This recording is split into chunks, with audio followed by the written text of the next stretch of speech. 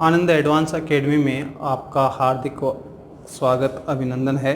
आज अपन फिर एक नए टॉपिक जनरल साइंस के एक नए टॉपिक की बात करेंगे जिसका नाम है कार्बोहाइड्रेट। तो सबसे पहले देखते हैं अपन कार्बोहाइड्रेट होता क्या है।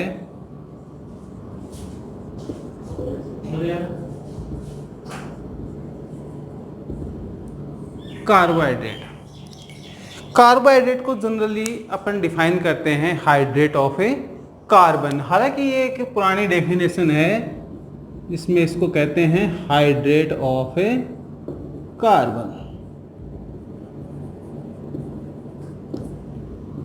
लेकिन ये वैलिड नहीं है, है ना। जनरल वे में अपन इसको बोल सकते हैं, बाकी ये ऑथेंटिक नहीं है।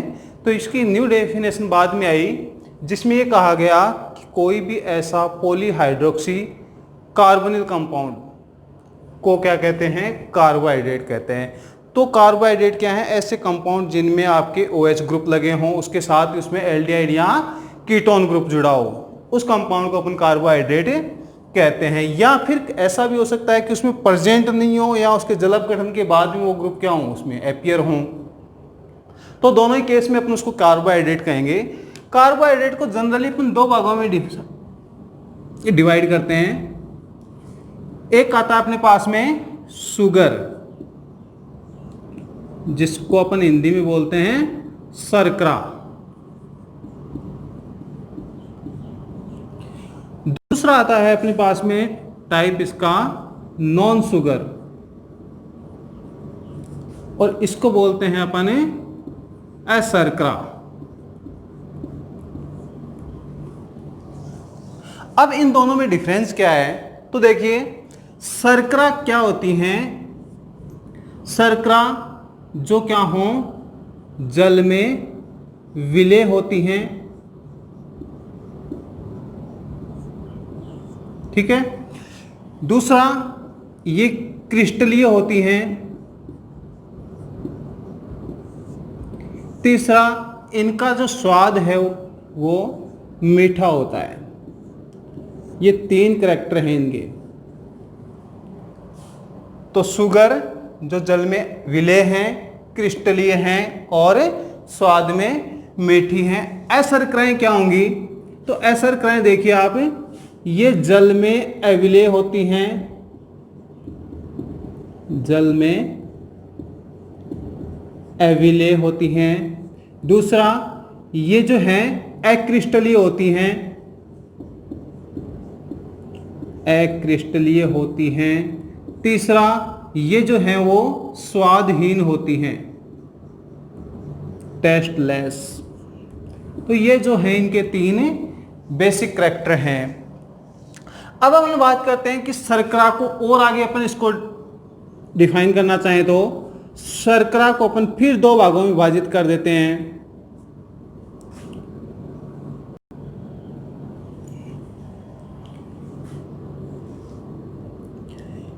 देखिए इसको, सबसे पहले इसको अपन लिखेंगे मोनोसैकराइड।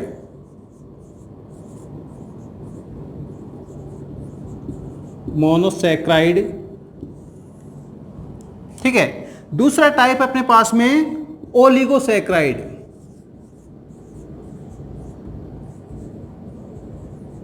ओलिगोसैकराइड। अब देखिए इनके बारे में, मोनोसैकराइड यानी ये जो शर्करा है ये अपने आप में लास्ट अल्टीमेट है। इसका आगे और जलप गठन नहीं किया जा सकता, जलप गठन के द्वारा इसको और नहीं तोड़ा जा सकता, ठीक है।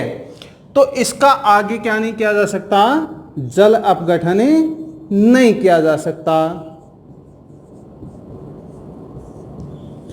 इसके अलावा अपन इसकी और कैरेक्टर देखना चाहें तो ये जितनी भी शर्कराएं होती हैं मोनोसैकराइड, वो क्या होती हैं, अपचायक शर्कराएं होती हैं। ये सेकंड ग्रेड में पूछा जाता है कई बार क्वेश्चन, अपचायक अनपचायक शर्करा कौन सी हैं, छोटा सा क्वेश्चन आता है।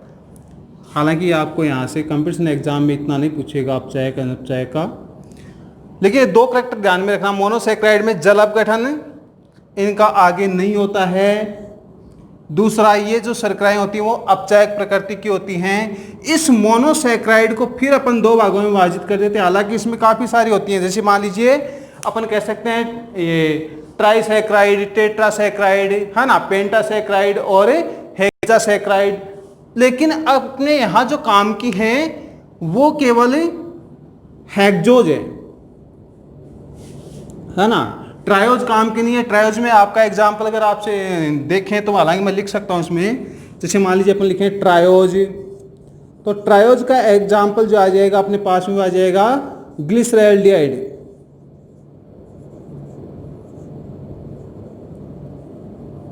ठीक है, ऐसे ही टेट्रोज है। ठीक है, टेट्रोज में आपका थ्रियोज, इरिथ्रियोज, पेंटोज शर्करा काम की है। पेंटोज शर्करा हालांकि अपना आगे जिसमें न्यूक्लिक एसिड में भी पढ़ेंगे। पेंटोज शर्करा में आता है आपका राइबोज शुगर। ठीक है, तो यहां पर अपन कार्बोहाइड्रेट के हिसाब से अगर पढ़ना चाहें तो अपन यहां पर केवल हेक्सोज की बात करेंगे।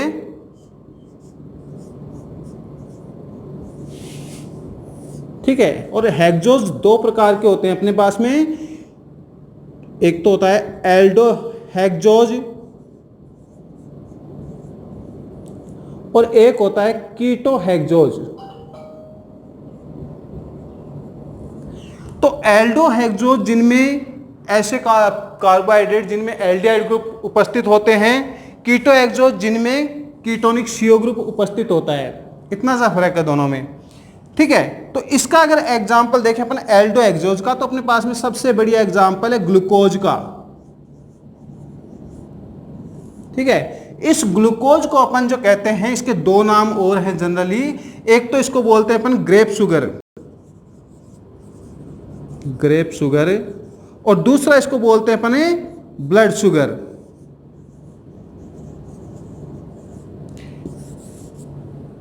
ठीक है, दूसरा यहां पर देखेंगे आप एग्जाम्पल इसका गैलेक्टोज। गैलेक्टोज को अपन बोलते हैं ब्रेन शुगर। ये जो छोटे छोटे क्वेश्चन हैं ये आपके कंपटीशन के काम के हैं। Brain sugar. ठीक है, कीटो हेक्सोज का एग्जाम्पल है फ्रक्टोज, और फ्रक्टोज जो है वो सभी फलों के रस में पाई जाती हैं और इसको बोलते हैं फ्रूट शुगर। Fruit sugar. तो ये जो पार्ट है ये अपना मोनोसैकराइड का, मेरे हिसाब से इसमें कंपटीशन में जितने क्वेश्चन पूछे जाते हैं उनको मैंने यहाँ पे इसमें कवर करने की कोशिश की है बहुत ही शॉर्ट में, और आपको क्लियर हो गया होगा। मैं इसको दोबारा डिफाइन कर सकता हूँ जल्दी सी। शुगर शर्करा जल में विलय होती हैं, क्रिस्टलीय होती हैं, स्वाद में मीठी होती हैं। इसके दो पार्ट कर दिए अपन ने, मोनोसैकराइड और ओलिगोसैकराइड। मोनोसैकराइड जिनका आगे जल अपघटन नहीं किया जा सकता। ठीक है, ये कैसी होती हैं? अपचायक शर्कराएं होती हैं। इसमें triose, tetrose, pentose, hexose. Pentose में सबसे बड़ा अच्छा एग्जांपल है राइबोज शुगर का, है ना, वो याद रखना। और हेक्सोज में आपके पास में दो हैं, एल्डो हेक्सोज और कीटो हेक्सोज। एल्डो हेक्सोज जिनमें एल्डिहाइड ग्रुप पाया जाता है, हेक्सोज का मतलब क्या है? 6 कार्बन। ठीक है, तो 6 कार्बन की ये, 6 कार्बन की ये है, हेक्सोज हैं। लेकिन इसमें एल्डिहाइड ग्रुप इसलिए एल्डो, इसमें कीटोनिक ग्रुप इसलिए कीटो। इतना सा फर्क है। ठीक है, तो इसका एग्जांपल आ गया आपका पास में ग्लूकोज। ग्लूकोज को ग्रेप शुगर और ब्लड शुगर कहते हैं। गैलेक्टोज को ब्रेन शुगर कहते हैं। कीटो हेक्सोज का बढ़िया एग्जांपल अपने पास में फ्रक्टोज। फ्रक्टोज को फ्रूट शुगर कहते हैं। तो ये तो बात हो गई किसकी? मोनोसैकराइड की। नेक्स्ट बात करते हैं अपन ओलिगोसैकराइड। तो ओलिगोसैकराइड की बात करें तो अगर इनका जल अपघटन किया जाता है तो अपने पास में क्या मिलती हैं? 2 से लेकर के 10 यूनिट मोनोसैकराइड मिलती हैं। इनका जब भी जल अपघटन करेंगे तो 2 से लेकर के 10 तक क्या मिलता है अपने को? मोनोसैकराइड यूनिट मिलती हैं। ये जो हैं ये अपचायक भी होती हैं और अनअपचायक भी होती हैं, दोनों ही प्रकार की होती हैं। इसके कुछ एग्जांपल देखने चाहिए तो अपन डाइसैकराइड, यहां से क्वेश्चन ज्यादा पूछे जाते हैं, सबसे ज्यादा क्वेश्चन यहीं से आते हैं डाइसैकराइड से। डाइसैकराइड ऐसी ओलिगोसैकराइड जिनका जल अपघटन करने पर 2 यूनिट क्या मिलते हैं अपने को? मोनोसैकराइड मिलती हैं। तो सबसे पहला एग्जाम्पल यहां पर लेते हैं अपने माल्टोज। ठीक है, माल्ट, नाम याद आ रहा है कुछ? माल्ट बोलते हैं जो को। ठीक है, तो ये क्या है आपकी जो में पाई जाती हैं। इसको माल्ट शुगर भी बोल सकते हैं अपन, इसको शॉर्ट में बोलना चाहें तो क्या लिख सकते हैं, माल्ट शुगर भी बोल देते हैं। ये कैसी शर्करा है, ये आपकी अनअपचायक, हाँ अपचायक शर्करा में आती है माल्टोज, ठीक है। और इसका यदि जल अपघटन करें माल्टोज का, तो कौन कौन से मोनोसैकेराइड मिलेंगे अपने को, तो यहां पर मिलेंगे अपने को 2 ग्लूकोज की यूनिट, ग्लूकोज प्लस ग्लूकोज। बात समझ में आ गई क्या?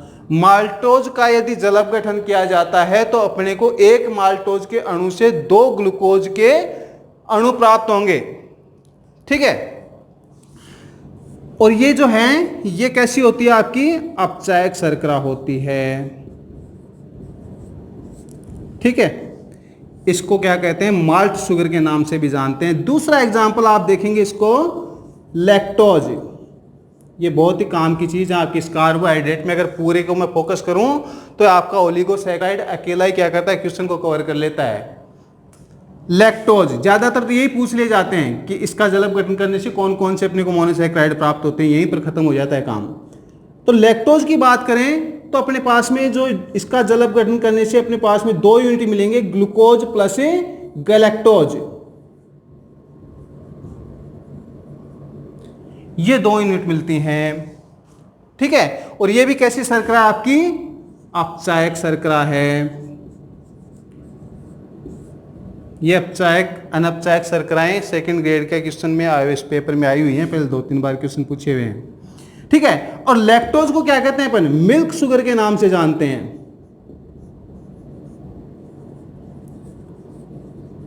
मिल्क शुगर के नाम से जानते हैं लैक्टोज को। नेक्स्ट जो अपने पास में आता है, तीसरा जो पार्ट है इसका, तो वो देखिए आप, सुक्रोज।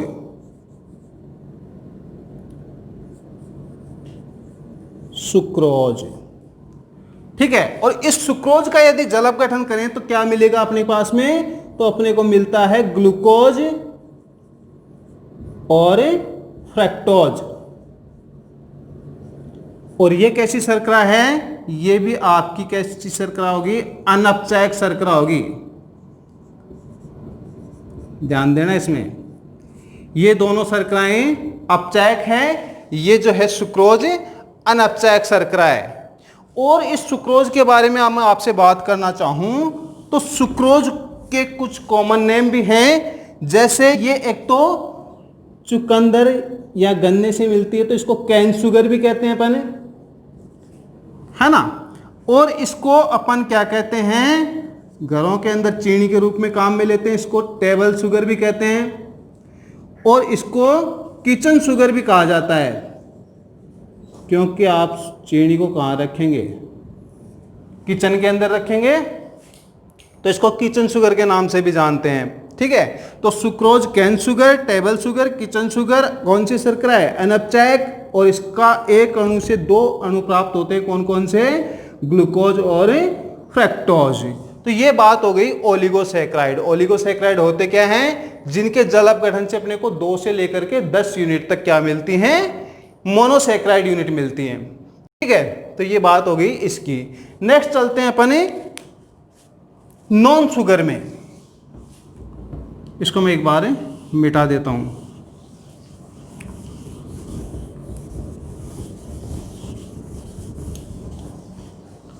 नॉन शुगर में देखिए, इसमें आती हैं आपके पास में पॉलीसैकेराइड।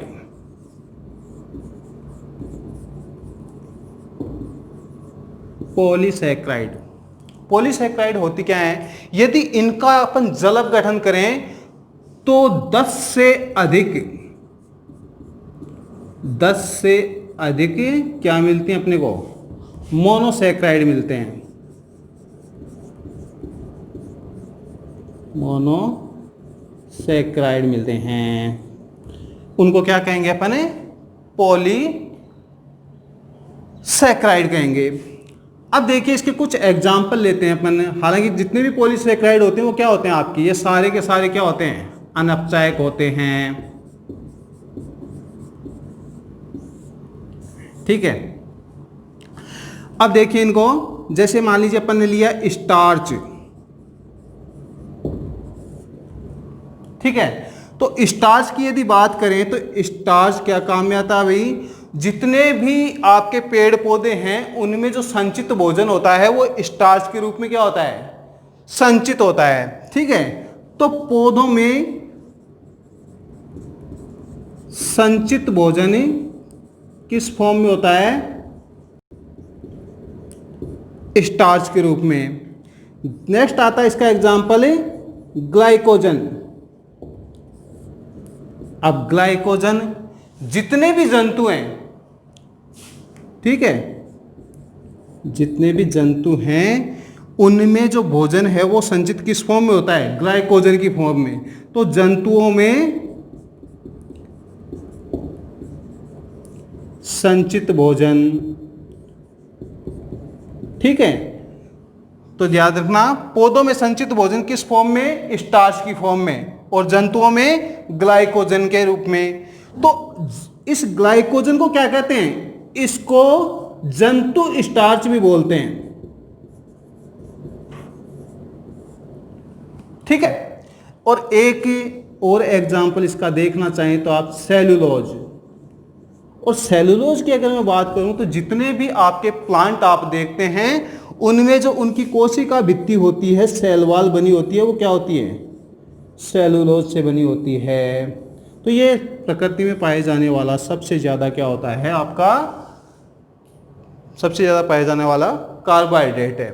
ठीक है, तो ये चीज़ें अपने पास में इस नॉन शुगर के अंदर पॉलीसैकेराइड की।